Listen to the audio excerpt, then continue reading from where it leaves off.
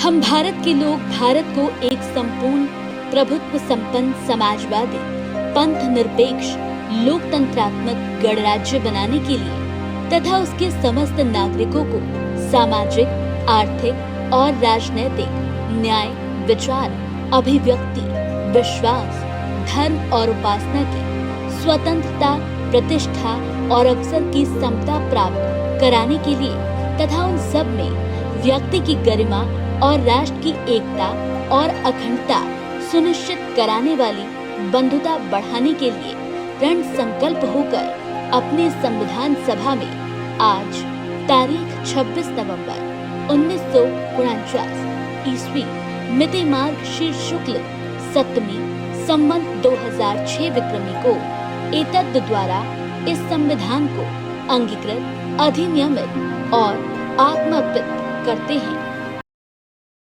नमस्कार, आप देख रहे हैं विस्टार न्यूज। मैं हूं दिवाकर विक्रम सिंह। गणतंत्र दिवस की हार्दिक शुभकामनाएं। गणतंत्र के 73 साल पूरे हुए। 74वें प्रवेश में शुभ मंगल कामनाओं के साथ पूरा देश गणतंत्र दिवस के जश्न में डूबा हुआ है। हमें फक्र है अपने गणतंत्र पर, अपनी आजादी पर और आजादी के लिए कुर्बान होने वाले उन लाखों वीर जवानों पर जिनके कारण हमें आजादी मिली और आजादी के बाद जिनके मनोमस्तिष्क की उपज हमारे सामने हमारा अपना संविधान मिला और हम एक प्रभुत्वशाली गणतांत्रिक देश के निवासी या नागरिक बने। हम फक्र कर सकते हैं कि 74 साल के इस लंबी यात्रा में हमने कई ऐसे मुश्किलों का सामना किया और सामना करते हुए लोकतांत्रिक मूल्यों को बचाते हुए हम आगे बढ़ते रहे। हमारा सपना कभी इस देश में 2 जून की रोटी के इंतजाम करने का था। नागरिकों को जो साम्राज्यवादी शक्तियों के कारण चूसे गए थे, बर्बाद कर दिए गए थे, तबाह कर दिए गए थे, उन्हें एक बार फिर अपने पैर पर खड़ा करने की एक बड़ी चुनौती थी। उन चुनौतियों का हमने डट कर सामना किया। आजादी हमें बहुत मुश्किलों से मिली और जो आजादी मिली उसमें हमें टीस भी मिली। वो टीस जब हमारे देश का बंटवारा हुआ, लेकिन हमने यात्रा शुरू की गणतंत्र की। तब तक 1950 जब आया तो हमें हमारा लोकतांत्रिक, गणतांत्रिक, प्रभुत्व संपन्नशाली एक देश मिला, राष्ट्र मिला और उस राष्ट्र के प्रति जो सपने हमारे देश के नौजवानों के थे, हमारे वीर जवानों के, नेताओं के और उन युग पुरुषों को के जिन्होंने हमारे लिए संकल्पना की आजादी की, गणतंत्र के और आजादी के मायनों की। हमें आजादी मिली, हमें अपना गणतंत्र मिला, हमें अपना संविधान मिला, जिसमें हमने मूल भावना से मूल कर्तव्यों की भी संकल्पना की और साथ ही साथ हमने कुछ ऐसे अधिकार जिन्हें मूल अधिकार कहा जाता है वो भी अपने विचारों के साथ हमने उसे इस देश की जनता को सौंपा। और इसके बाद राज व्यवस्था को सुचारू रूप से चलाने के लिए हमारे जितनी संवैधानिक संस्थाएं हैं उनको मान्यता देते हुए एक दूसरे पर सबको निर्भर करते हुए हम आगे बढ़े और आज इस यात्रा में हम उस पड़ाव पर पहुंचे हैं जब पूरी दुनिया हमारी तरफ देख रही है। लेकिन इन तमाम उपलब्धियों के बीच हमें सोचना चाहिए कि जो लोकतांत्रिक मूल्य हमें अपना करके अपने देश को विश्व गुरु बनाने की राह में और तेजी से आगे बढ़ना चाहिए, क्या उसमें कुछ कमी है, क्या उसमें कुछ खामी है, और अगर है तो हम उसे कैसे दूर कर सकते हैं। गणतंत्र के इस पावन बेला पर, इस महान उपलब्धि पर हम गर्व करते हुए जरा सोचें और आगे बढ़ें। देखिए एक रिपोर्ट। दुनिया के सबसे बड़े और महान लोकतंत्र भारत के लिए आज का दिन खास है।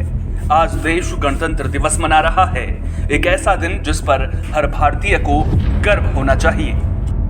भारत के लोग अपनी इच्छा और सपनों का भारत बना सके, इसलिए संविधान की जरूरत महसूस हुई थी। फिर संविधान बनकर तैयार भी हुआ और 26 जनवरी 1950 को लागू भी हो गया। तब से अब तक देश ने कई चुनौतियों का डटकर सामना किया है। कई बार जिन लोकतांत्रिक सिद्धांतों को आधार बनाकर संविधान तैयार किया गया था, उन पर सवाल भी उठे और ऐसे ही देश संविधान लागू होने के बाद कई पड़ावों से होकर भी गुजरा। लोकतंत्र खतरे में है कि आवाज भी कई बार देश में उठी। कई सरकारें आई, कई सरकारें गई और सरकारों पर लोकतंत्र का दमन करने के आरोप भी लगते रहे। लेकिन क्या कोई सरकार लोकतंत्र के लिए खतरा पैदा कर सकती है? सियासी शोर के अलावा आखिर वो कौन सी चुनौतियां हैं जो एक मजबूत लोकतंत्र की राह में अड़ंगा डाल रही हैं?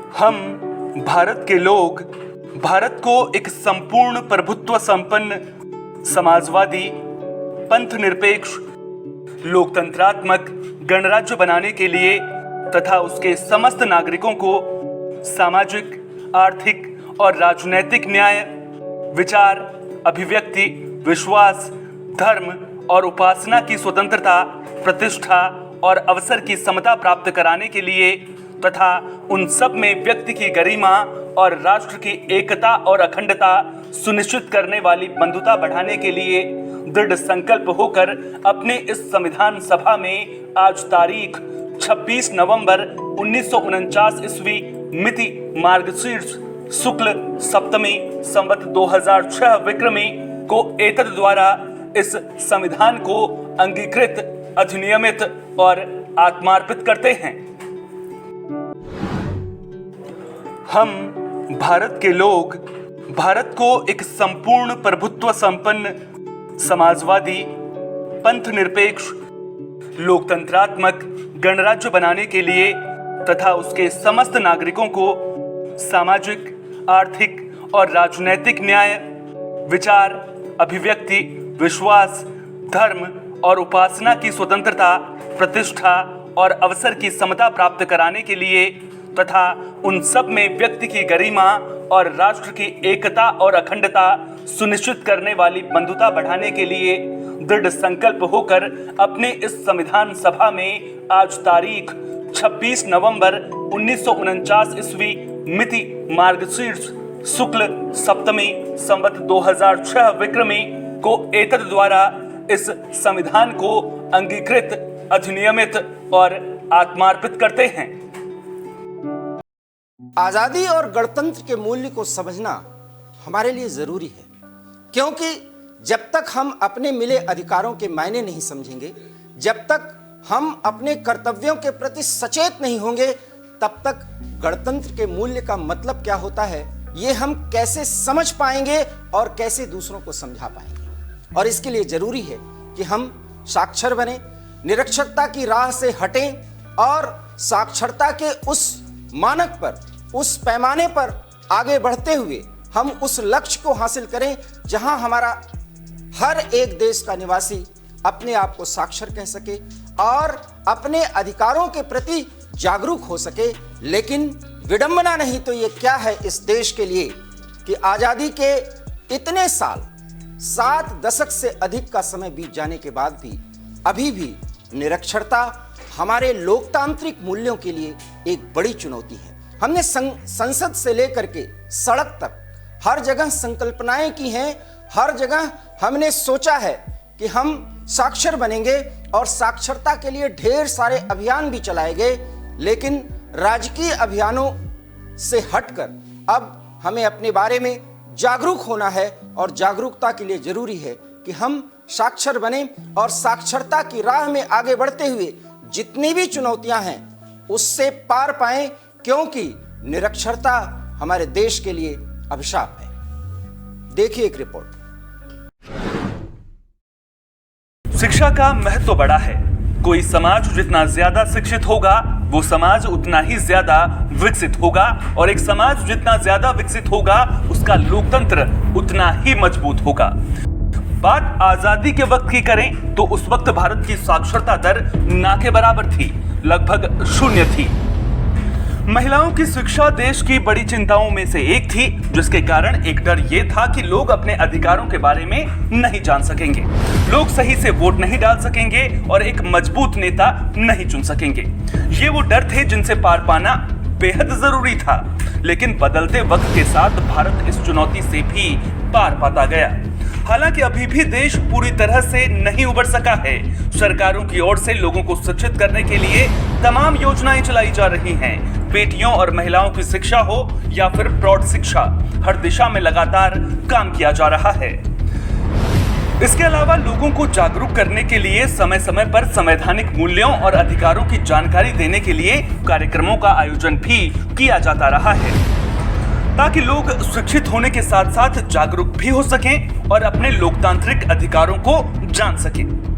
बीते आम चुनाव में हुई रिकॉर्ड वोटिंग के बाद हालांकि ये डर कम जरूर हुआ है, लेकिन अभी भी दूर सुदूर कई ऐसे गांव हैं जहां शिक्षा की हालत बेहद खस्ता है।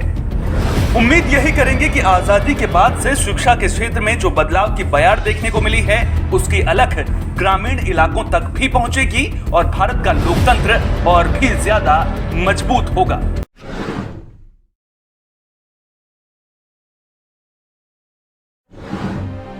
हम भारत के लोग भारत को एक संपूर्ण प्रभुत्व संपन्न समाजवादी पंथ निरपेक्ष लोकतंत्रात्मक गणराज्य बनाने के लिए तथा उसके समस्त नागरिकों को सामाजिक, आर्थिक और राजनैतिक न्याय, विचार, अभिव्यक्ति, विश्वास, धर्म और उपासना की स्वतंत्रता, प्रतिष्ठा और अवसर की समता प्राप्त कराने के लिए तथा उन सब में व्यक्ति की गरिमा और राष्ट्र की एकता और अखंडता सुनिश्चित कराने वाली बंधुता बढ़ाने के लिए दृढ़ संकल्प होकर अपने संविधान सभा में आज तारीख 26 नवंबर 1949 ईस्वी मिति मार्गशीर्ष शुक्ल सप्तमी संवत 2006 विक्रमी को एतद द्वारा इस संविधान को अंगीकृत, अधिनियमित और आत्मार्पित करते हैं।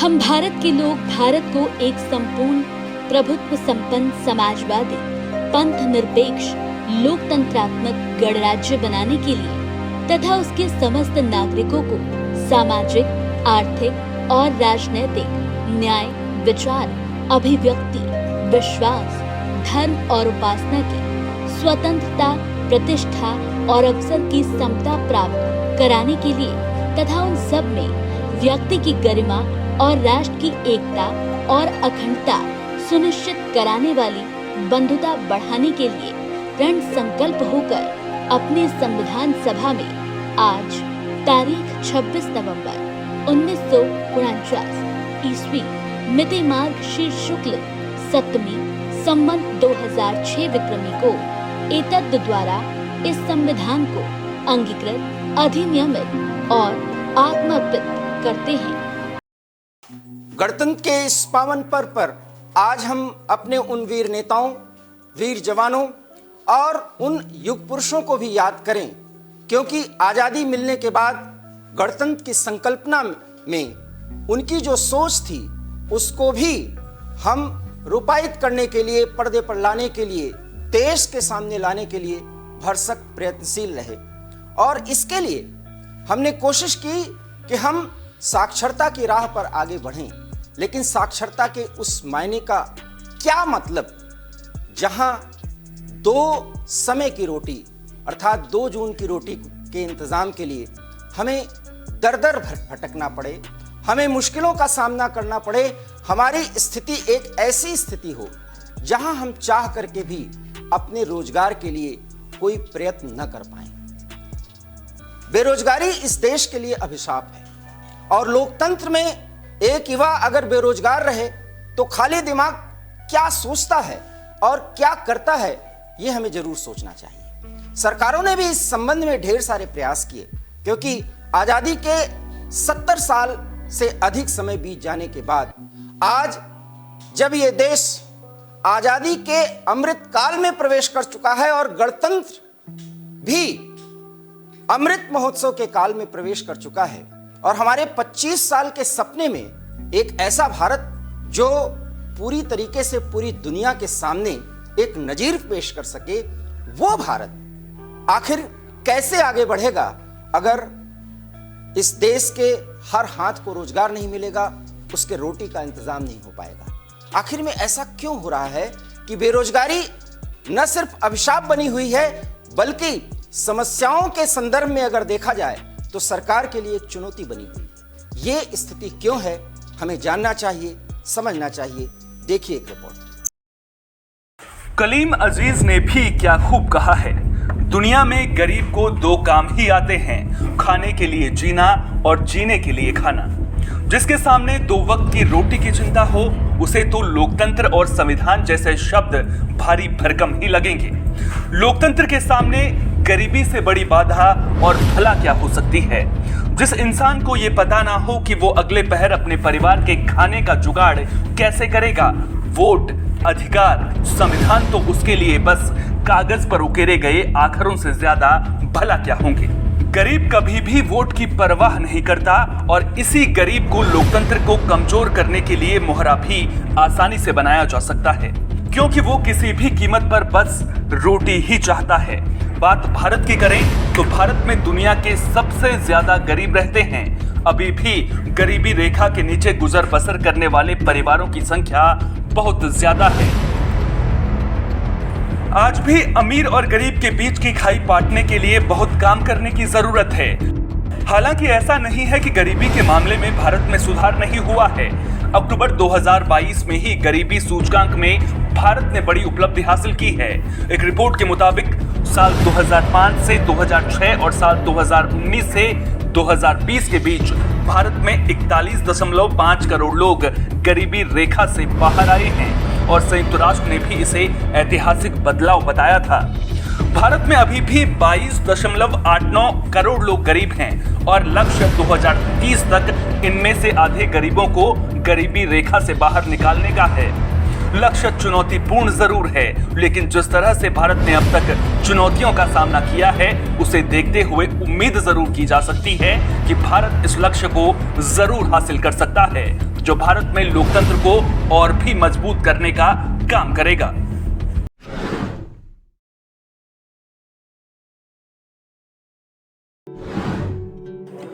हम भारत के लोग भारत को एक संपूर्ण प्रभुत्व संपन्न समाजवादी, पंथ निरपेक्ष, लोकतंत्रात्मक गणराज्य बनाने के लिए तथा उसके समस्त नागरिकों को सामाजिक, आर्थिक और राजनैतिक न्याय, विचार, अभिव्यक्ति, विश्वास, धर्म और उपासना की स्वतंत्रता, प्रतिष्ठा और अवसर की समता प्राप्त कराने के लिए तथा उन सब में व्यक्ति की गरिमा और राष्ट्र की एकता और अखंडता सुनिश्चित करने वाली बंधुता बढ़ाने के लिए दृढ़ संकल्प होकर अपने इस संविधान सभा में आज तारीख 26 नवंबर 1949 ईस्वी मिति मार्गशीर्ष शुक्ल सप्तमी संवत 2006 विक्रमी को एतद द्वारा इस संविधान को अंगीकृत, अधिनियमित और आत्मार्पित करते हैं।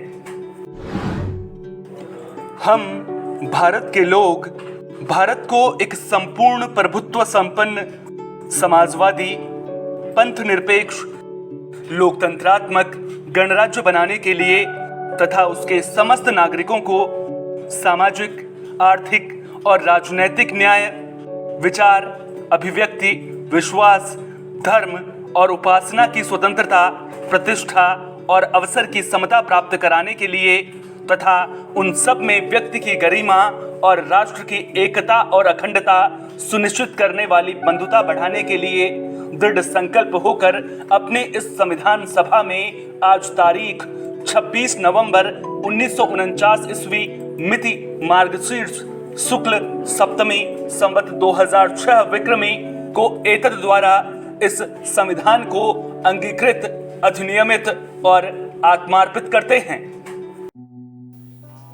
अगर देश में गरीबी अभिशाप है तो लोकतंत्र के लिए जातिवाद, क्षेत्रवाद, संप्रदायवाद एक नासूर या जहर से कम नहीं। और जहर और नासूर को पालकर हम 21वीं शताब्दी के विश्व गुरु की ख्याति पाने को लालायित हैं उत्सुक हैं, प्रयत्नशील हैं, तो शायद ये दिवास्वप्न हो सकता है। इसलिए जातिवाद के जहर को दूर करने के लिए एक समान भाव से जो हमारे मूल अधिकार और मूल कर्तव्य हैं, जिसमें समानता का भाव पूरी तरीके से संविधान में लिपिबद्ध किया गया है, उसके प्रति हम क्यों आग्रही नहीं होते। आग्रही होना तो दूर, आज हम उस बात को, उस तथ्य को समझते बूझते हुए भी देश प्रदेश में जातिवाद के उस जहर को ज्यादा संगठित और संगठित स्थिति में लाने की कोशिश करते हैं। और हमारी ये कोशिश और कवायद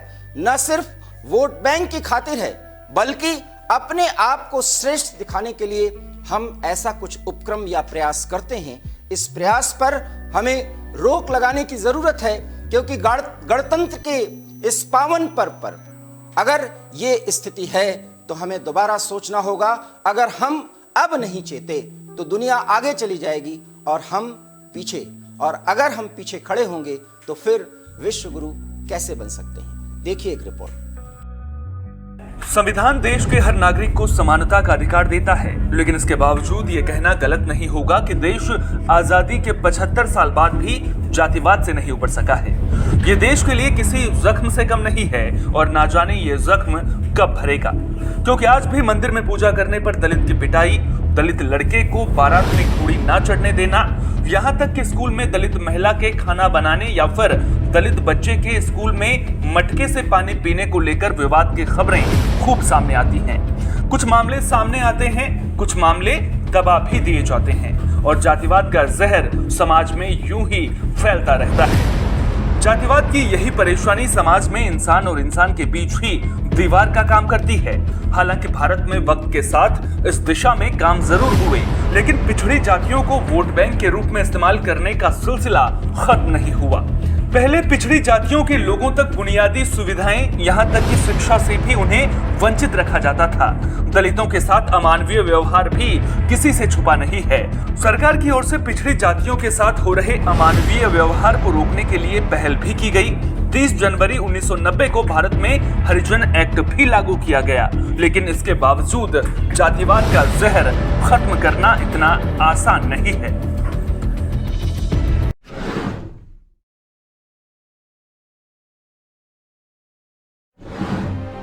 हम भारत के लोग भारत को एक संपूर्ण प्रभुत्व संपन्न समाजवादी पंथ निरपेक्ष लोकतंत्रात्मक गणराज्य बनाने के लिए तथा उसके समस्त नागरिकों को सामाजिक, आर्थिक और राजनैतिक न्याय, विचार, अभिव्यक्ति, विश्वास, धर्म और उपासना की स्वतंत्रता, प्रतिष्ठा और अवसर की समता प्राप्त कराने के लिए तथा उन सब में व्यक्ति की गरिमा और राष्ट्र की एकता और अखंडता सुनिश्चित कराने वाली बंधुता बढ़ाने के लिए दृढ़ संकल्प होकर अपने संविधान सभा में आज तारीख 26 नवंबर 1949 ईस्वी मिति मार्गशीर्ष शुक्ल सप्तमी संवत 2006 विक्रमी को एतद द्वारा इस संविधान को अंगीकृत, अधिनियमित और आत्मर्पित करते हैं।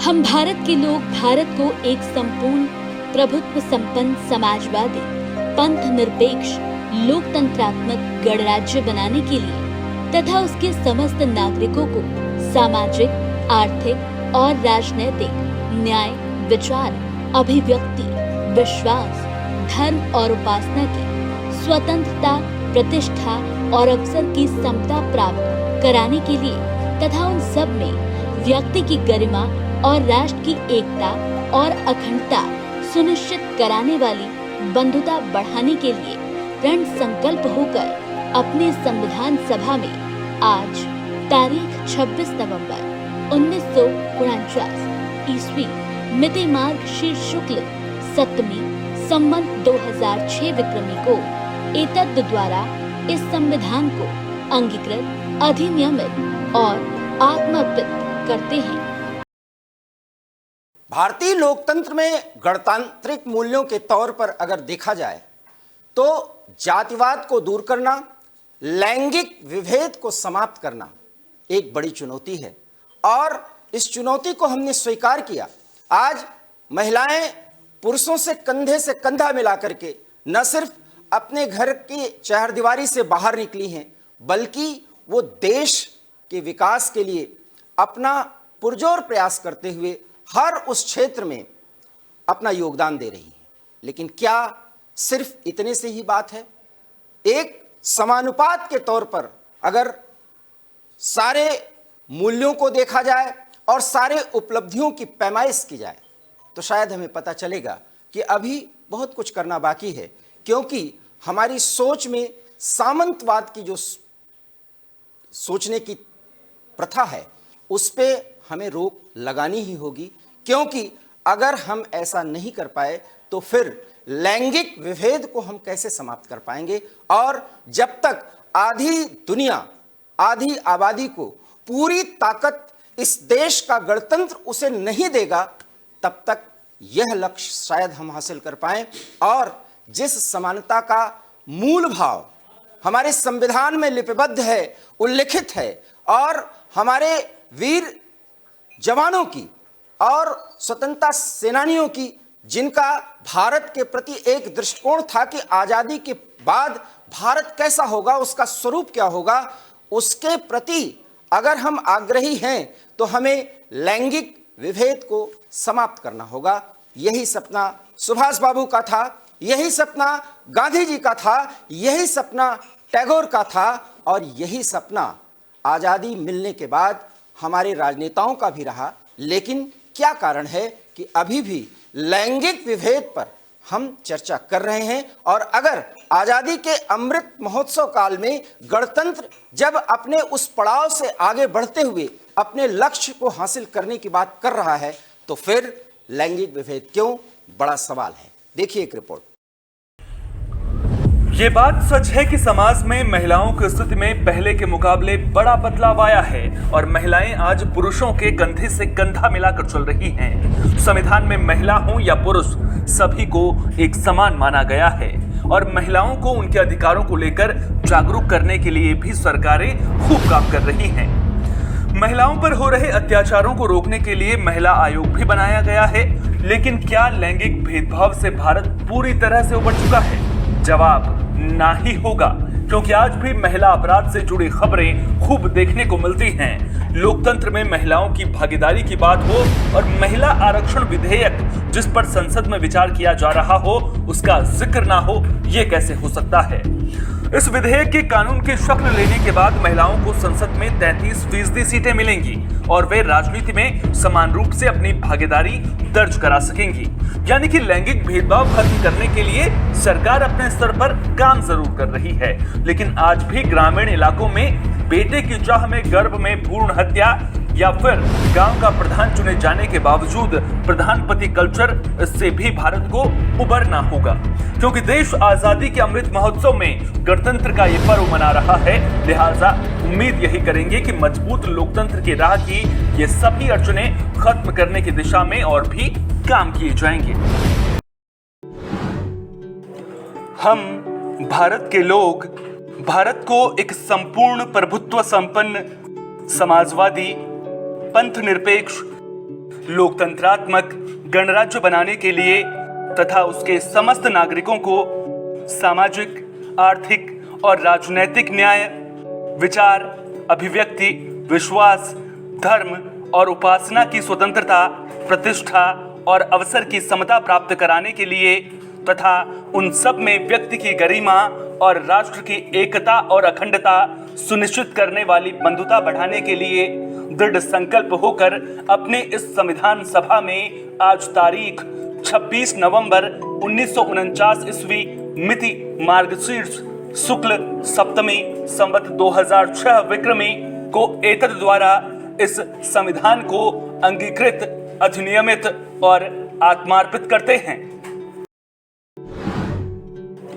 हम भारत के लोग भारत को एक संपूर्ण प्रभुत्व संपन्न समाजवादी पंथ निरपेक्ष लोकतंत्रात्मक गणराज्य बनाने के लिए तथा उसके समस्त नागरिकों को सामाजिक, आर्थिक और राजनैतिक न्याय, विचार, अभिव्यक्ति, विश्वास, धर्म और उपासना की स्वतंत्रता, प्रतिष्ठा और अवसर की समता प्राप्त कराने के लिए तथा उन सब में व्यक्ति की गरिमा और राष्ट्र की एकता और अखंडता सुनिश्चित करने वाली बंधुता बढ़ाने के लिए दृढ़ संकल्प होकर अपने इस संविधान सभा में आज तारीख 26 नवंबर 1949 ईस्वी मिति मार्गशीर्ष शुक्ल सप्तमी संवत 2006 विक्रमी को एतद द्वारा इस संविधान को अंगीकृत, अधिनियमित और आत्मार्पित करते हैं। गणतंत्र के मूल्यों के प्रति आज पूरा देश पूरी तरह से जागरूक है, उत्सुक है अपने गणतंत्र के विकास के वो सारी बातें जानने की जिसके लिए हमने इतना प्रयास किया। लेकिन शायद हम भूल गए कि इस देश में सांप्रदायिक सद्भाव की दरकार है, और अगर ऐसा नहीं है तो देश की जिस संप्रभुता पर हम गर्व करते हैं शायद उसके लिए हमें दोबारा सोचना पड़ेगा, क्योंकि जातिवाद क्षेत्रवाद के साथ साथ सांप्रदायिकता भी एक जहर की तरह है। और अगर मानसिकता के तौर पर इसे हम अपने मनोमस्तिष्क का एक बहुत बड़ा विषय बनाकर रखे हुए हैं तो इससे आगे बढ़ना होगा, क्योंकि इस देश में 135 करोड़ से अधिक लोग इस आवाम के हैं और ये आवाम एक गुलदस्ते की तरह है जहां सभी एक गुच्छे की तरह गुथे हुए हैं। फिर सांप्रदायिकता का जहर और दंश क्यों, और सांप्रदायिकता के ही उस उन्माद में समय समय पर देश के विभिन्न राज्यों के विभिन्न शहरों में उत्पात मचता है, दंगे फसाद होते हैं और उसमें मासूम जाने जाती हैं। इसके लिए जिम्मेदार कौन है? लोकतंत्र के इस पावन पर्व पर शायद हमें ये सोचने की दरकार है, और अगर अब हम नहीं सोच पाए तो हम एक ऐसे गणतांत्रिक देश के निवासी कहे जाएंगे जिसका आधार बहुत कमजोर होगा, और कमजोर आधार पर इस राष्ट्र को आगे ले जाने की स्थिति में अब इस देश का कोई भी नागरिक तैयार नहीं है। देखिए एक रिपोर्ट। भारत विविधताओं से भरा देश है। इस देश में सभी धर्मों के लोगों के लिए समान अधिकार हैं, लेकिन इसके बावजूद सांप्रदायिकता का दंश हमारे लोकतंत्र पर चोट करता नजर आता है। सांप्रदायिकता हमारे लोकतंत्र के लिए खतरा है तो वहीं धर्मनिरपेक्षता के लिए किसी अपराध से कम नहीं है।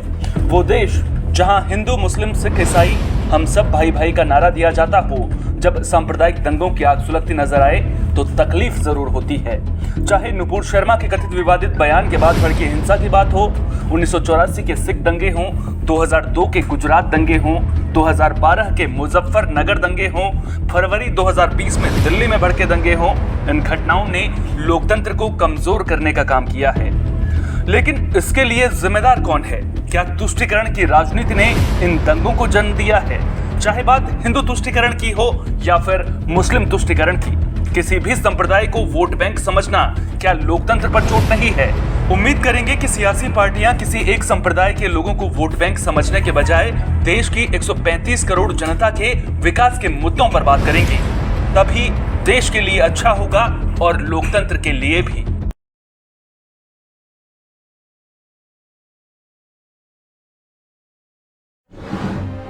हम भारत के लोग भारत को एक संपूर्ण प्रभुत्व संपन्न समाजवादी पंथ निरपेक्ष लोकतंत्रात्मक गणराज्य बनाने के लिए तथा उसके समस्त नागरिकों को सामाजिक, आर्थिक और राजनैतिक न्याय, विचार, अभिव्यक्ति, विश्वास, धर्म और उपासना की स्वतंत्रता, प्रतिष्ठा और अवसर की समता प्राप्त कराने के लिए तथा उन सब में व्यक्ति की गरिमा और राष्ट्र की एकता और अखंडता सुनिश्चित कराने वाली बंधुता बढ़ाने के लिए दृढ़ संकल्प होकर अपने संविधान सभा में आज तारीख 26 नवंबर 1949 ईस्वी मिति मार्गशीर्ष शुक्ल सप्तमी संवत 2006 विक्रमी को एतद द्वारा इस संविधान को अंगीकृत, अधिनियमित और आत्मार्पित करते हैं।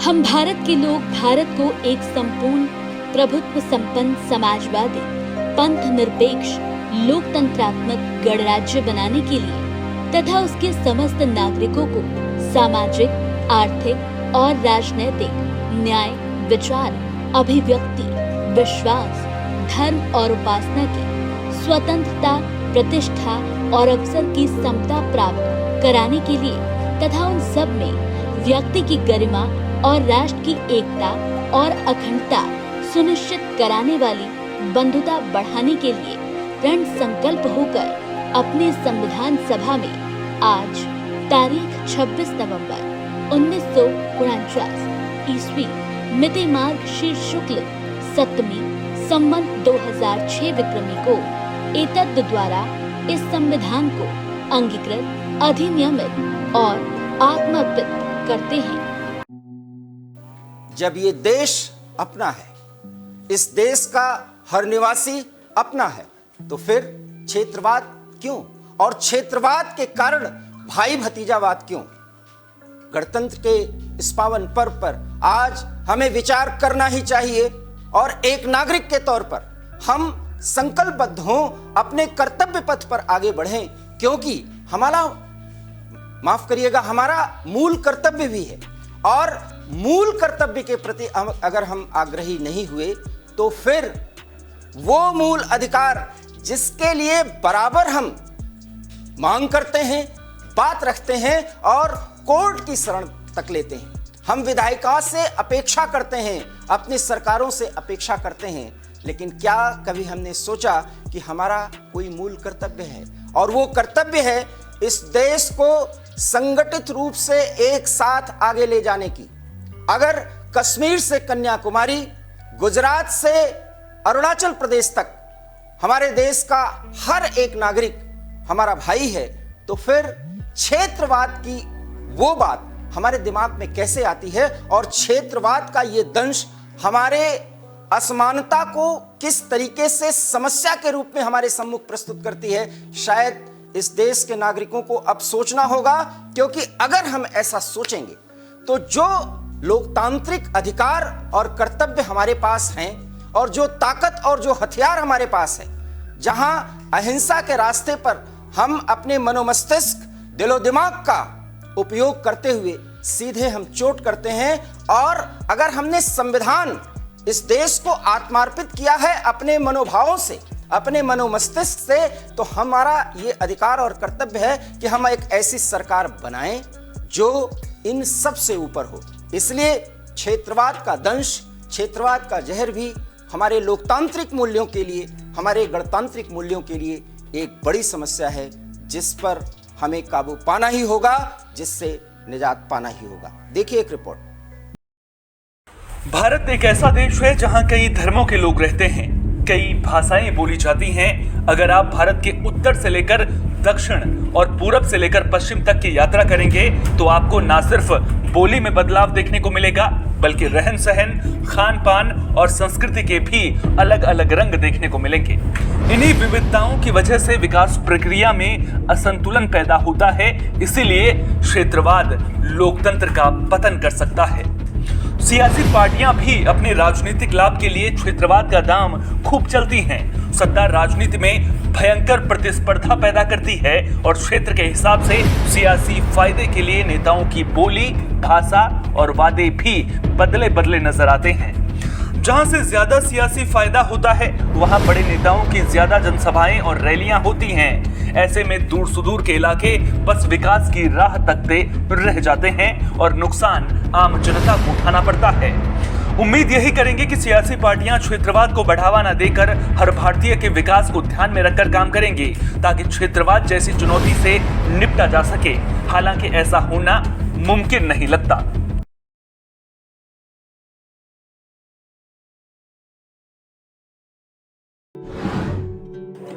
हम भारत के लोग भारत को एक संपूर्ण प्रभुत्व संपन्न, समाजवादी, पंथ निरपेक्ष, लोकतंत्रात्मक गणराज्य बनाने के लिए तथा उसके समस्त नागरिकों को सामाजिक, आर्थिक और राजनैतिक न्याय, विचार, अभिव्यक्ति, विश्वास, धर्म और उपासना की स्वतंत्रता, प्रतिष्ठा और अवसर की समता प्राप्त कराने के लिए तथा उन सब में व्यक्ति की गरिमा और राष्ट्र की एकता और अखंडता सुनिश्चित करने वाली बंधुता बढ़ाने के लिए दृढ़ संकल्प होकर अपने इस संविधान सभा में आज तारीख 26 नवंबर 1949 ईस्वी मिति मार्गशीर्ष शुक्ल सप्तमी संवत 2006 विक्रमी को एतद द्वारा इस संविधान को अंगीकृत, अधिनियमित और आत्मार्पित करते हैं। हम भारत के लोग भारत को एक संपूर्ण प्रभुत्व संपन्न, समाजवादी, पंथ निरपेक्ष, लोकतंत्रात्मक गणराज्य बनाने के लिए तथा उसके समस्त नागरिकों को सामाजिक, आर्थिक और राजनैतिक न्याय, विचार, अभिव्यक्ति, विश्वास, धर्म और उपासना की स्वतंत्रता, प्रतिष्ठा और अवसर की समता प्राप्त कराने के लिए तथा उन सब में व्यक्ति की गरिमा और राष्ट्र की एकता और अखंडता सुनिश्चित करने वाली बंधुता बढ़ाने के लिए दृढ़ संकल्प होकर अपने इस संविधान सभा में आज तारीख 26 नवंबर 1949 ईस्वी मिति मार्गशीर्ष शुक्ल सप्तमी संवत 2006 विक्रमी को एतद द्वारा इस संविधान को अंगीकृत, अधिनियमित और आत्मार्पित करते हैं। सबको काम मिले, कोई भी हाथ खाली और बेकार न हो।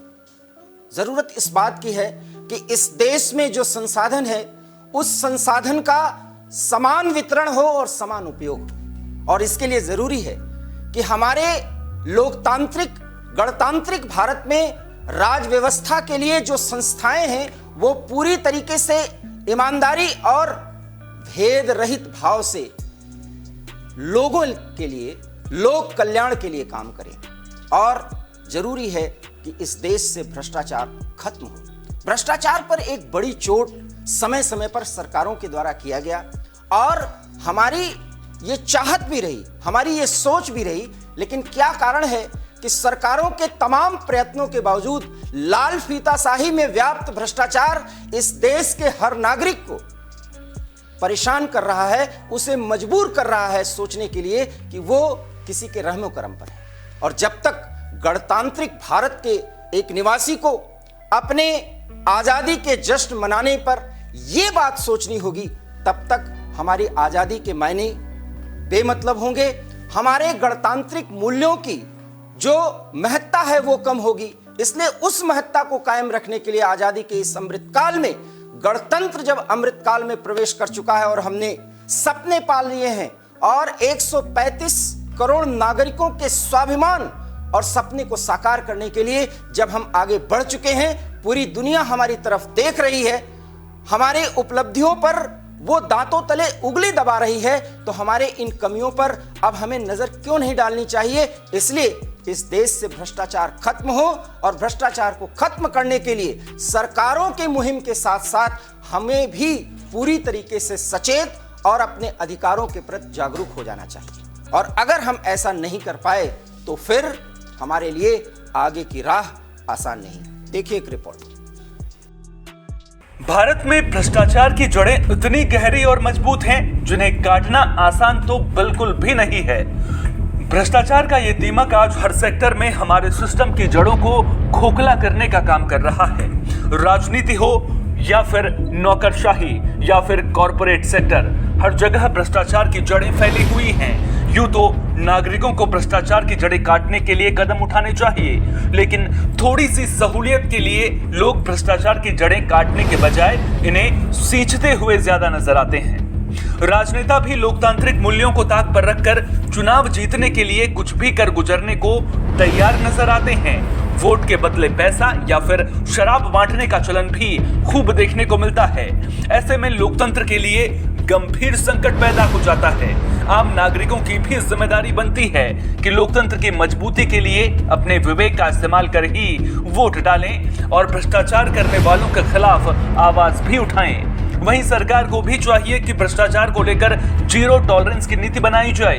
कुछ ऐसी व्यवस्था बनाई जाए जिससे भ्रष्टाचार करने से पहले भ्रष्टाचारी 100 बार सोचे, तभी लोकतंत्र को मजबूत बनाया जा सकता है।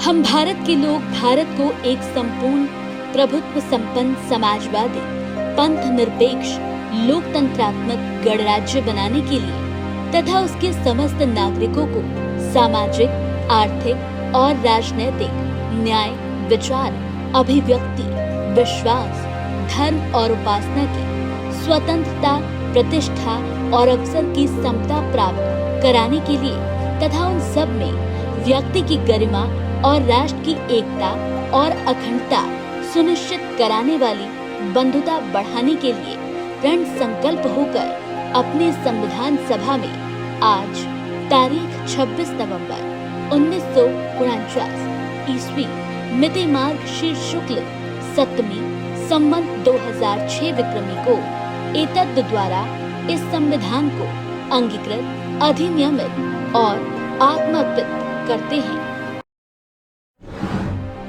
हम भारत के लोग भारत को एक संपूर्ण प्रभुत्व संपन्न समाजवादी, पंथ निरपेक्ष, लोकतंत्रात्मक गणराज्य बनाने के लिए तथा उसके समस्त नागरिकों को सामाजिक, आर्थिक और राजनैतिक न्याय, विचार, अभिव्यक्ति, विश्वास, धर्म और उपासना की स्वतंत्रता, प्रतिष्ठा और अवसर की समता प्राप्त कराने के लिए तथा उन सब में व्यक्ति की गरिमा और राष्ट्र की एकता और अखंडता सुनिश्चित कराने वाली बंधुता बढ़ाने के लिए दृढ़ संकल्प होकर अपने संविधान सभा में आज तारीख 26 नवंबर 1949 ईस्वी मिति मार्गशीर्ष शुक्ल सप्तमी संवत 2006 विक्रमी को एतद द्वारा इस संविधान को अंगीकृत, अधिनियमित और आत्मार्पित करते हैं।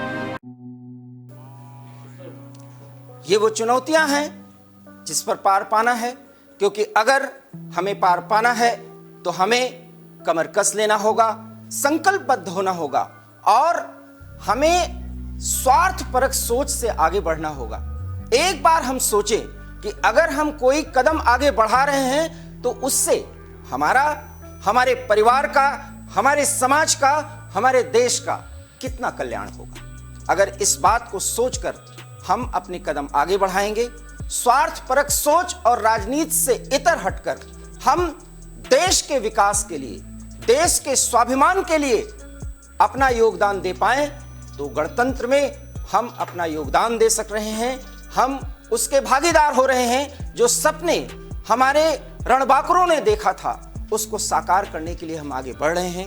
गणतंत्र के इस पावन वेला पर हमने उन चुनौतियों का जिक्र किया जिन चुनौतियों से हमें पार पाना है, और पार पाने के लिए अब हम संकल्पित हो चुके हैं। हम आत्मार्पित करेंगे इस देश के लिए उस तथ्य और उस मूल्य को जिसको सबको समझना ही होगा, और जो समझना नहीं चाहता उसको समझाने के लिए अहिंसात्मक तरीके से, लोकतांत्रिक तरीके से एक ऐसा नमूना पेश करना होगा जिससे समाज से भटके हुए लोग मुख्य धारा से जुड़ सकें और देश के विकास में अपना योगदान दे सकें, क्योंकि ये देश रुक नहीं सकता और चलते चलते हमें संकल्पित होने के लिए कुछ सोचना होगा।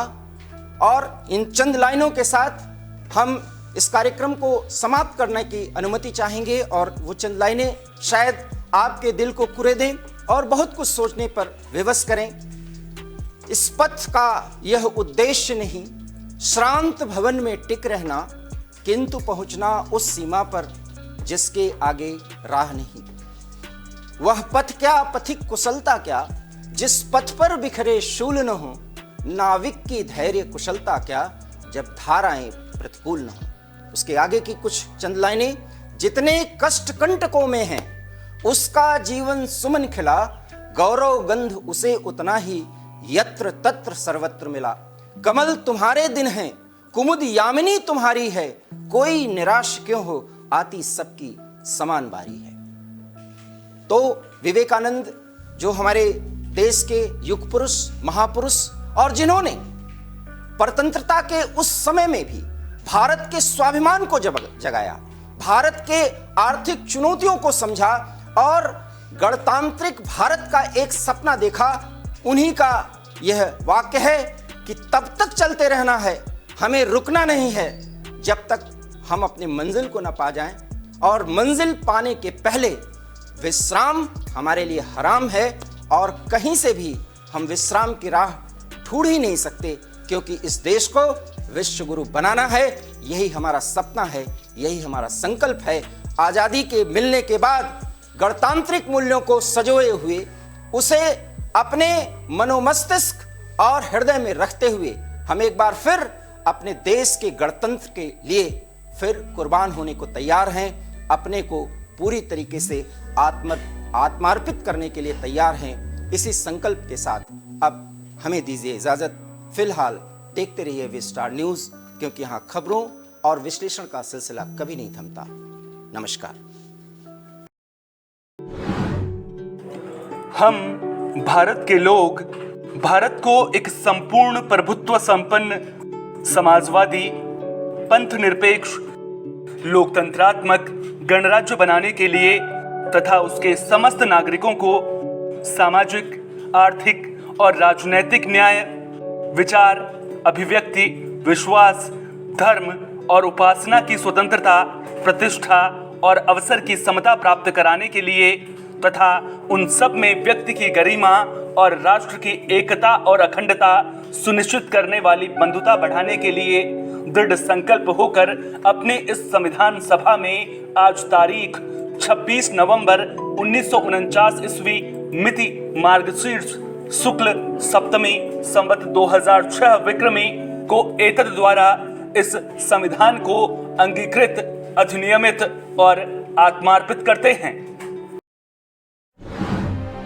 हम भारत के लोग भारत को एक संपूर्ण प्रभुत्व संपन्न समाजवादी पंथ निरपेक्ष लोकतंत्रात्मक गणराज्य बनाने के लिए तथा उसके समस्त नागरिकों को सामाजिक, आर्थिक और राजनैतिक न्याय, विचार, अभिव्यक्ति, विश्वास, धर्म और उपासना की स्वतंत्रता, प्रतिष्ठा और अवसर की समता प्राप्त कराने के लिए तथा उन सब में व्यक्ति की गरिमा और राष्ट्र की एकता और अखंडता सुनिश्चित कराने वाली बंधुता बढ़ाने के लिए दृढ़ संकल्प होकर अपने संविधान सभा में आज तारीख 26 नवंबर 1949 ईस्वी मिति मार्गशीर्ष शुक्ल सप्तमी संवत 2006 विक्रमी को एतद द्वारा इस संविधान को अंगीकृत, अधिनियमित और आत्मार्पित करते हैं।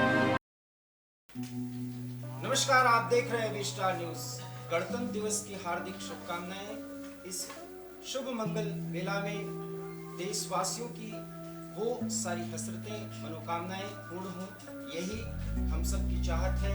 और इसी सोच के साथ कि गणतंत्र को एक बार फिर महान बनाएंगे, उस रास्ते पर लेकर चलेंगे जहां हमारा जो लक्ष्य जिसे हमने निर्धारित किया है उसे प्राप्त कर सके।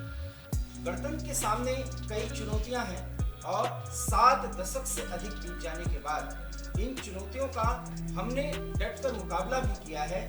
उन पड़ावों को भी पार किया है जहां लगभग ठहराव की स्थिति थी, लेकिन गणतंत्र की यात्रा कभी रुक नहीं सकती, क्योंकि ये जीवित और सजग लोगों का गणतंत्र है जिसमें हमारी मंगल संकल्पनाएं हैं, मंगल कामनाएं। इस मंगल कामना में हमें कई चुनौतियों के बारे में सोचना होगा और सोचना चाहिए, क्योंकि एक तार्किक मनोमस्तिष्क विचारधारा में हमें अपने कमियों को सोचकर उसे दूर करने का प्रयास करना चाहिए और आगे की राहें आसान हों, इसके लिए हमें संकल्पबद्ध होना चाहिए। संकल्पों के लिए हमने ढेर सारे संकल्प समय समय पर किए हैं, उन्हें पूरा करने का प्रयास किया है, सरकारों के स्तर पर, एक आम नागरिक के अपने सोच के स्तर पर। लेकिन हम इस राह पर जब आगे बढ़े हैं तो हमें अपनी योजनाओं और अपनी उपलब्धियों के बारे में भी एक बार सोचना चाहिए, उस पर नजर डालनी चाहिए, जिसे देखते हुए हम ज्यादा सजग हों, ज्यादा सजीव सोच सकें और सोचते हुए हम अपने लक्ष्य के प्रति आगे बढ़ें। उपलब्धियों की चर्चा अगर हम करें तो आजादी के 75 साल बीत जाने के बाद और गणतंत्र के 74वें पड़ाव पर हम सोच सकते हैं कि कभी हम दूसरों पर निर्भर रहा करते थे, आज हम आत्मनिर्भर स्वावलंबी होकर के पूरे दुनिया को समभाव से विश्व बंधुत्व की कामना के साथ स्वीकार कर रहे हैं, कंधे से कंधा मिलाकर आगे बढ़ रहे हैं।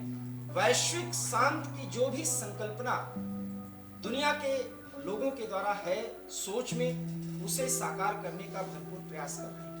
हम 135 करोड़ लोगों को खिला रहे हैं अपने प्रयासों से, अपने आप के संकल्पनाओं से, और साथ ही साथ जहां भी दुनिया में जिस भी देश को, जिस भी नागरिक को जरूरत है, भाई के तौर पर उसे मानते हुए उसे वो हर कुछ मुहैया भी करा रहे हैं। ये हमारी उपलब्धि है और इस उपलब्धि पर गर्व करना चाहिए, और गर्व करते हुए हमें स्वाभिमान के रास्ते पर आगे बढ़ते हुए जो हमारी नीति है एक राष्ट्र के स्तर पर, उस नीति के सभी तत्वों को समाहित करते हुए हमें आगे बढ़ना चाहिए। जियो और जीने दो और विश्व बंधुत्व की वो भावना आज भी हमारे दिल में पूरी तरह से व्याप्त है, और यही संकल्पना आजादी के उन दीवानों, उन रणबांकुरों के मन में था, और इसको प्राप्त करने के लिए हमने हर संभव प्रयास किया है। समय समय पर हम पूरी दुनिया को शांति की राह दिखाते रहे, लेकिन हमारी इस सोच को अगर किसी ने कमजोरी समझा तो हमने उसको समय समय पर मुंहतोड़ जवाब भी दिया है। कहते हैं कि पड़ोसी के साथ एक बेहतर व्यवहार और उसके प्रति विश्वास आपके शांति को सुनिश्चित करती है, उस पर भी हम आगे बढ़े हैं। और इसके लिए विदेश नीति के स्तर पर जो संप्रभु सोच होनी चाहिए, उसी सोच के साथ हम लगातार प्रवहमान की स्थिति में रहे। इसको प्राप्त करने में जो भी चुनौतियां आई उसका हमने सामना किया, और वो लक्ष्य हमने हासिल किया जिस लक्ष्य को हमने तय करने का एक संकल्प किया, और जिसको सोचा और सोचने के बाद उसे कार्य रूप में परिणत करने के लिए हमने प्रयास किया। और हमारे प्रयासों का परिणाम है कि आज हम इस मुकाम पर पहुंचे हैं कि दुनिया के 20 बड़े देशों को हम अपने देश में बुला रहे हैं, और हमारी सोच पूरी दुनिया की आजादी के लिए, उसके विकास के लिए और शांति के लिए क्या होनी चाहिए उसका मंत्र देने का भी हमने पूरा का पूरा एक प्रोग्राम तैयार किया है। आगामी दिसंबर में G20 सम्मेलन में जब हम मेजबानी कर रहे होंगे, तब दुनिया को शांति की राह दिखाने के लिए हमारा प्रयास सबके सामने होगा, और उस पर सब अमल करते नजर आएंगे। यही उस भारत की तस्वीर है जिस भारत के बारे में कभी गांधी जी ने, सुभाष बाबू ने सोचा था। देखिए एक रिपोर्ट। आजादी के अमृतकाल में जब गणतंत्र की यात्रा कर्तव्य पथ से होकर गुजर रही है, तब हम भारतवासियों के मन में राष्ट्र को लेकर तमाम संकल्प उठ रहे होंगे, और उनके शुद्ध के लिए हम विचार कर रहे होंगे, क्योंकि हम सबको मिलकर एक भारत श्रेष्ठ भारत के सपने को साकार करना है। गणतंत्र की 73 साल की यात्रा में पड़ाव भी आए, जहां सकारात्मक और नकारात्मक भावों से हमने आगे बढ़ने का रास्ता तैयार किया। हमें अभी बहुत कुछ प्राप्त करना है, लेकिन इस शुभ अवसर पर हमें अपनी उपलब्धियों पर भी नजर डाल लेनी चाहिए, क्योंकि ये हमें अपने आप को चुनौतियों से जूझने की ताकत देंगी। हमें याद करना चाहिए, कभी हम अन्न और खाद्य वस्तुओं के लिए दूसरे देशों पर निर्भर रहना पड़ता था, लेकिन आज वहीं 80 करोड़ लोगों को मुफ्त राशन देने की स्थिति में है भारत। जरूरतमंद देशों को अनाज मुहैया करा रहा भारत। श्रीलंका, नेपाल, अफगानिस्तान, भूटान को हर संभव मदद पहुंचा रहा भारत। न सिर्फ हम अपने देश के जरूरतमंद को राशन दे रहे हैं, बल्कि कोरोना महामारी के कारण मुश्किलों से जूझ रहे दुनिया के कई देशों को अनाज उपलब्ध करा पा रहे हैं।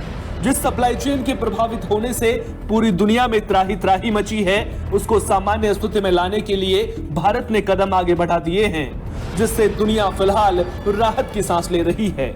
दुनिया के वो देश जो चीन की कुटिल चाल में फंसकर आर्थिक रूप से बर्बाद हो रहे हैं, उन्हें सहायता और सहयोग देने के लिए भारत आगे आ चुका है। श्रीलंका को बदहाली से बचाने के लिए भारत के पहल की सभी देश तारीफ कर रहे हैं। यही नहीं, अफगानिस्तान जैसे देश भी भारत से फरियाद कर रहे हैं कि वो उनके देश के विकास में अपना योगदान दें। आगामी दिसंबर माह में जब भारत G20 शिखर सम्मेलन की मेजबानी करेगा, तब वर्तमान परिस्थितियों के मद्देनजर दुनिया के विकास की नई राह खोलने का मंत्र देगा, और उसे न सिर्फ बड़े औद्योगिक देश मानने को विवश होंगे, बल्कि वो गरीब देशों की मुश्किलों को हल करने के लिए अपने कदम आगे बढ़ाएंगे। अब विकास का पैमाना दुनिया को मुश्किलों में डालने वाला नहीं होगा, बल्कि अपनी ताकत का इस्तेमाल कर बड़े देशों के सहयोग से आगे बढ़ाने वाला होगा। क्योंकि भारतीय गणतंत्र का यही सिद्धांत है कि हम खुद जिएंगे और दूसरों को जीने देने की राह बनाएंगे और हर उस कांटे को दूर करने की कोशिश करेंगे जो आधुनिक मानव समाज को जोंक की तरह चूस रही है। Bureau report, AB star news.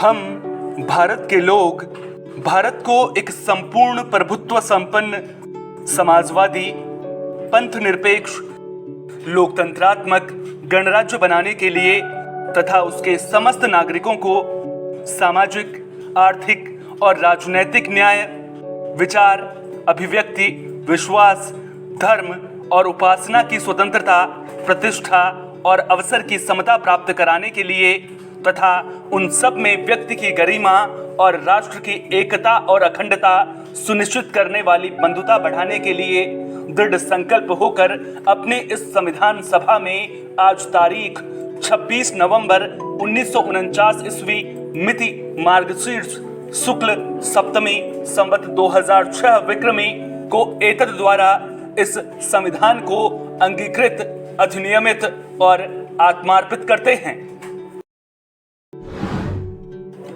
हम भारत के लोग भारत को एक संपूर्ण प्रभुत्व संपन्न समाजवादी पंथनिरपेक्ष लोकतंत्रात्मक गणराज्य बनाने के लिए तथा उसके समस्त नागरिकों को सामाजिक, आर्थिक और राजनैतिक न्याय, विचार, अभिव्यक्ति, विश्वास, धर्म और उपासना की स्वतंत्रता, प्रतिष्ठा और अवसर की समता प्राप्त कराने के लिए तथा उन सब में व्यक्ति की गरिमा और राष्ट्र की एकता और अखंडता सुनिश्चित करने वाली बंधुता बढ़ाने के लिए दृढ़ संकल्प होकर अपने इस संविधान सभा में आज तारीख 26 नवंबर 1949 ईस्वी मिति मार्गशीर्ष शुक्ल सप्तमी संवत 2006 विक्रमी को एतद द्वारा इस संविधान को अंगीकृत, अधिनियमित और आत्मार्पित करते हैं।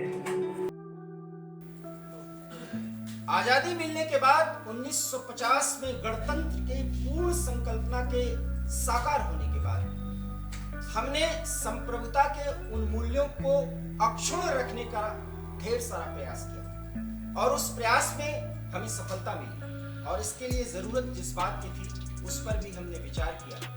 एक मजबूत राष्ट्र के लिए मजबूत सेना और स्वतंत्र विदेश नीति की दरकार होती है और भारत ने इस क्षेत्र में समय समय पर यथार्थ और जो बातें सिद्धांत रूप में सामने आनी चाहिए उन सब को समाहित करते हुए अपना एक नजरिया पेश किया और आज स्वतंत्र विदेश नीति की धार और उसकी धाक पूरी दुनिया में जम चुकी है। एक साथ यूरोप, अमेरिका, पाकिस्तान, चीन, गल्फ के देशों को हम साधने में कामयाब हो रहे हैं।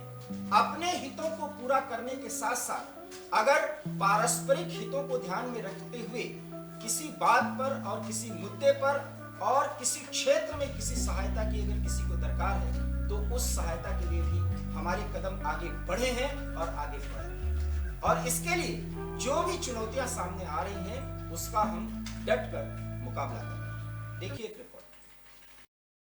गुलामी से मुक्ति के बाद जब प्रभुत्वशाली गणतंत्र के रूप में भारत के लोगों ने अपनी पहचान बनानी शुरू की तो उसमें हमें कई तरह की मुश्किलों का सामना करना पड़ा।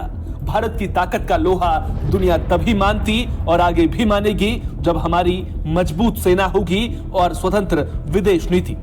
एक स्वस्थ लोकतंत्र में गणतंत्र की अपेक्षा राज्य व्यवस्था को सुचारू तरीके से चलाने की रही तो दूसरी तरफ सेना को मजबूती के साथ सीमा पर तैनात करने की रही। आज भारत इस क्षेत्र में अपनी गौरवमयी परंपरा को आगे बढ़ाते हुए तीनों सेनाओं के आधुनिकीकरण के साथ उन्हें स्वदेशी तकनीक से लैस कर रहा है। अब हमारी रक्षा जरूरतें दूसरे के रहमो करम पर नहीं बल्कि पारस्परिक सहयोग के जरिए पूरी हो रही हैं। इस क्षेत्र में अगर हम किसी से तकनीक ले रहे हैं तो दूसरे को हम भी बहुत कुछ दे रहे हैं। यही नहीं, इस मामले में हम अपने हितों को प्राथमिकता देते हुए एक साथ एक ही क्षेत्र में कई देशों से सहयोग ले रहे हैं। उन देशों से भी जो पहले सहायता के बदले हमारे ऊपर कई बंदिशें लागू कर देते थे। वर्तमान परिस्थितियों में विदेश व्यापार और सहयोग के मामले में हम एक साथ यूरोप, अमेरिका, रूस और यहाँ तक चीन को भी साधने में कामयाब हो रहे हैं। एक मजबूत सेना और प्रभावी लोकतंत्र के बलबूते भारत अपने विदेश नीति को ज्यादा धारदार और आक्रामक बना सका है। इसके पीछे भी हमारी सामाजिक, आर्थिक और राजनीतिक स्थिरता और मजबूती ही प्रमुख कारक के रूप में दुनिया के सामने प्रस्तुत हुई है। अब हम अपनी सोच और नीतियां अपने हिसाब से बना रहे हैं और वैश्विक शांति के लिए प्रयास भी कर रहे हैं। एक और दुनिया को परमाणु युद्ध से बचाने के लिए हम अपने परंपरागत दोस्त रूस को यूक्रेन के साथ युद्ध समाप्त करने के लिए तैयार कर रहे हैं, तो दूसरी ओर अमेरिका को भी स्वार्थपरक कूटनीतिक खेल खेलने से रोकने की पहल कर रहे हैं। हम यूरोप को भी मानवता की खातिर शांत रहने की सलाह दे रहे हैं, तो चीन और पाकिस्तान को भी हदों में रहने के लिए भी कह पा रहे हैं। बात चाहे आर्थिक व्यवस्था को मजबूत करने की हो या साम्राज्यवादी सोच पर लगाम कसने की, भारत मुखर होकर बोल रहा है और दुनिया उसे सुन रही है। सुन ही नहीं बल्कि अब तो हमारे सुझावों पर अमल भी कर रही है। ऐसा इसलिए क्योंकि एक गणतंत्र के रूप में हम जिस मुकाम पर पहुंच चुके हैं वो दुनिया के लिए हतप्रभ करने वाली है। ये मुकाम हमने 135 करोड़ आवाम के भरोसे ही हासिल की है, जिस पर हमें गर्व है। Bureau report, AB star news.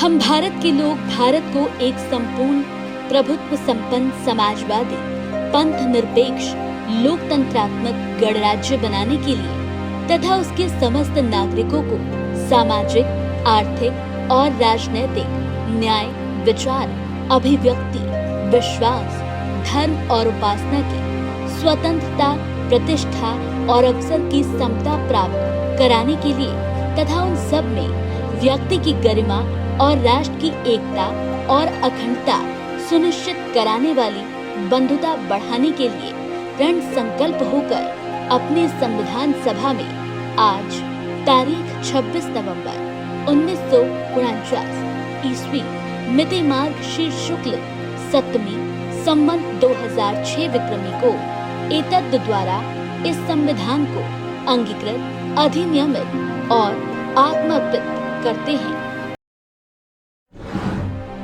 हम भारत के लोग भारत को एक संपूर्ण प्रभुत्व संपन्न समाजवादी, पंथ निरपेक्ष, लोकतंत्रात्मक गणराज्य बनाने के लिए तथा उसके समस्त नागरिकों को सामाजिक, आर्थिक और राजनैतिक न्याय, विचार, अभिव्यक्ति, विश्वास, धर्म और उपासना की स्वतंत्रता, प्रतिष्ठा और अवसर की समता प्राप्त कराने के लिए तथा उन सब में व्यक्ति की गरिमा और राष्ट्र की एकता और अखंडता सुनिश्चित कराने वाली बंधुता बढ़ाने के लिए दृढ़ संकल्प होकर अपने संविधान सभा में आज तारीख 26 नवंबर 1949 ईस्वी मिति मार्गशीर्ष शुक्ल सप्तमी संवत 2006 विक्रमी को एतद द्वारा इस संविधान को अंगीकृत, अधिनियमित और आत्मार्पित करते हैं।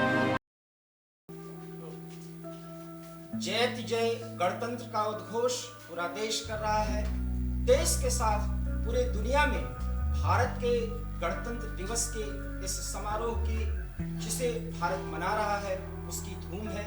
अमेरिका से लेकर के यूरोप के तमाम देश भारत के गणतंत्र के धूम के प्रति पूरी तरह से सजग हैं और उसे निहार रहे हैं इस बात के लिए कि दुनिया के सामने जो चुनौती है उसे भारत किस तरीके से देख रहा है और उसको टैकल करने के लिए, उसको समाप्त करने के लिए भारत क्या नजरिया पेश कर रहा है। बात यहाँ तक तो ठीक, ये हमारी उपलब्धि है, लेकिन इस उपलब्धि पर थोड़ा विराम क्यों लगता है इसे भी समझना जरूरी है। आखिर में क्या कारण है कि इस देश में वर्तमान स्थिति में किसी को डर लगता है। आज ये आवाज उठे कि इस देश में डर लगता है तो सरकारों को सोचना चाहिए कि उन्हें डर क्यों लगता है और डर के पीछे अगर कोई प्रोपेगेंडा और नैरेटिव सेट करना नहीं है तो फिर सरकारों के सामने ये बड़ी चुनौती है कि नागरिक को भारत के नागरिक के तौर पर आखिर में डर लगे तो क्यों, और अगर ये डर लग रहा है तो फिर गणतांत्रिक मूल्यों के सामने एक बड़ी चुनौती है, क्योंकि हमको समान अधिकार मिला हुआ है। मूल अधिकारों के साथ मूल कर्तव्य के प्रति भी हमें सजग रहने की अपेक्षा है, ये दरकार है जो हमारा संविधान हमसे अपेक्षा करता है। बात संविधान की ही नहीं, ये भारत के आवाम की सोच है, क्योंकि संविधान को हमने भी आत्मार्पित किया है, और अगर आत्मार्पित हमने किया है, उसे लोकार्पित किया है, तो इस लोकार्पण के मूल्यों को अक्षुण्ण रखने की जिम्मेदारी हमारे ऊपर है। इसलिए इस रिपोर्ट को जरूर देखिए। कर्तव्य पथ की यात्रा में हमने तमाम मुश्किलों का जिक्र किया, हमने सभी चुनौतियों का डटकर सामना भी किया, लेकिन आज भी जब देश के भीतर ये आवाज उठे कि कुछ लोगों को डर लग रहा है, लोकतंत्र में अपनों के बीच डर की बात अगर एक नैरेटिव सेट करना नहीं है या फिर प्रोपेगेंडा नहीं है, तो फिर सरकारों को सोचना ही होगा कि किसी को डर भय क्यों लगता है, जब अवसर की समानता और योजनाओं का लाभ सबको एक समान मिलना तय है, तो फिर ऐसी आवाजें चर्चा का विषय क्यों बन रही हैं? यह बड़ा सवाल है। हर नागरिक को लैंगिक भेदभाव, जाति पंथ निरपेक्ष होकर सह अस्तित्व के भाव के साथ जब जीवन जीने का हक मिला है, तो फिर बढ़ते भारत में ये बातें क्यों उठ रही हैं? आखिर राष्ट्रवाद के विचार को इस देश में संदेह के घेरे में क्यों रखा जा रहा है? क्या देश को यह पता नहीं है कि जिधर हमारे कदम आगे बढ़े हैं, उधर पड़ोसी भी देख रहे हैं? विरोध और नफरत के वशीभूत होकर भारत के टुकड़े करने की हसरत पाले लोग आज अपने हुक्मरानों की कारस्तानी के चलते आटे और चावल के लिए दर-दर की ठोकरें खा रहे हैं, और धर्म के नाम पर भारत के जिस क्षेत्र पर जबरन कब्जा करके लोगों को भारत के खिलाफ सरगर्म करते रहे, आज उन्हीं वादियों से भारत के साथ जुड़ने की आवाजें आ रही हैं। इन आवाजों के मर्म को समझिए। सीमा पार के लोग भी भारत के गणतंत्र के मूल्य को समझ रहे हैं और भारत के विकास के साथ खुद को जोड़ने की हसरत रख रहे हैं, क्योंकि भारत परंपरा के साथ आधुनिकता के हर पहलू को समेटकर दुनिया को राह दिखा रहा है। न वामपंथ और न ही दक्षिण पंथ, भारत अब इन सबको अपने मानकों में समेटकर अग्रगामी हो रहा है। इसलिए लोकतंत्र में गणतंत्र की यात्रा मंगलमय ही रहेगी, लेकिन इसमें कहीं विराम और विश्राम की गुंजाइश नहीं है, क्योंकि अभी हमें देश में शिक्षित लोगों की संख्या बढ़ाकर 90% से ज्यादा करना है। बेरोजगारों की फौज को कम कर हर युवा हाथ को उसकी योग्यता के मुताबिक काम से जोड़ना है। महिलाओं को उनका पूरा हक दिलाना है, ताकि उनके सपने का भारत 21वीं शताब्दी की बड़ी हकीकत बन सके। इंडस्ट्रियल ग्रोथ के साथ किसानों की आय दोगुनी करना अब भी एक चुनौती है। हालांकि ये सपना हकीकत में तब्दील होने की कगार पर है। जरूरत इस बात की है, भारतीय संसदीय प्रणाली में हम सड़क से लेकर संसद तक सिर्फ एक लक्ष्य के लिए संघर्ष करते दिखें, और वो है दुनिया के विकसित देशों की कतार में अव्वल खड़ा करना। ऐसा तभी हो सकता है जब 135 करोड़ से ज्यादा की आवाम में सबको विकास के लिए समान अवसर मिले। चरैवेति चरैवेति चरैवेति, जयति जय भारत का उद्घोष अब हमारे सपनों को साकार करने की प्रेरणा देगा, क्योंकि अब हम रुक नहीं सकते। दुनिया को शांति से जीते हुए देखना है तो हमें जागना होगा, शायद यही समय की मांग है। Bureau report, AB star news.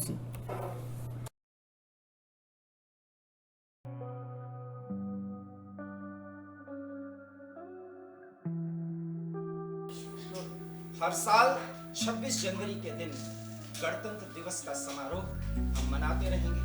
पीढ़ियां आएंगी जाएंगी, सरकारें आएंगी जाएंगी, लेकिन एक नागरिक के तौर पर अखंड भारत के उस सौभाग्य के प्रति हमारा जो आग्रह है, उसके प्रति सजग रहना हमारी जरूरत है। एक राष्ट्र के रूप में, राष्ट्र के नागरिक के तौर पर हमारी संप्रभुता के सामने जो चुनौती है, अब वो बेला, वो घड़ी आ चुकी है कि हम सोचें और अमल करें, क्योंकि अगर इस राह में हमें आगे बढ़ना है तो ये पड़ाव हमें हंसते हुए पार करना है, और 135 करोड़ से अधिक के आवाम के हर एक नागरिक के मन में सुरक्षा का, संभाव का पूरा विचार विकसित हो, पुष्पित हो, पल्लवित हो, यही हमारी मनोकांक्षा है। और इस मनोकांक्षा के साथ हर एक नागरिक अपने विचार, व्यवस्था और सुचारू रूप से अपने आप को आगे बढ़ाने के लिए अगर सोचता है तो उसके उस सोच को साकार रूप में परिवर्तित करने के लिए पूरा का पूरा अवसर मिले। शायद यही संविधान की संकल्पना और संप्रभु भारत की सोच है। इस संवेद सोच के प्रति हम आगे बढ़ेंगे, बढ़ेंगे, बढ़ेंगे, यही हमारा संकल्प है। जय हिंद। हम भारत के लोग भारत को एक संपूर्ण प्रभुत्व संपन्न समाजवादी, पंथ निरपेक्ष, लोकतंत्रात्मक गणराज्य बनाने के लिए तथा उसके समस्त नागरिकों को सामाजिक, आर्थिक और राजनैतिक न्याय, विचार, अभिव्यक्ति, विश्वास, धर्म और उपासना की स्वतंत्रता, प्रतिष्ठा और अवसर की समता प्राप्त कराने के लिए तथा उन सब में व्यक्ति की गरिमा और राष्ट्र की एकता और अखंडता सुनिश्चित करने वाली बंधुता बढ़ाने के लिए दृढ़ संकल्प होकर अपने इस संविधान सभा में आज तारीख 26 नवंबर 1949 ईस्वी मिति मार्गशीर्ष शुक्ल सप्तमी संवत 2006 विक्रमी को एतद द्वारा इस संविधान को अंगीकृत, अधिनियमित और आत्मार्पित करते हैं। हम भारत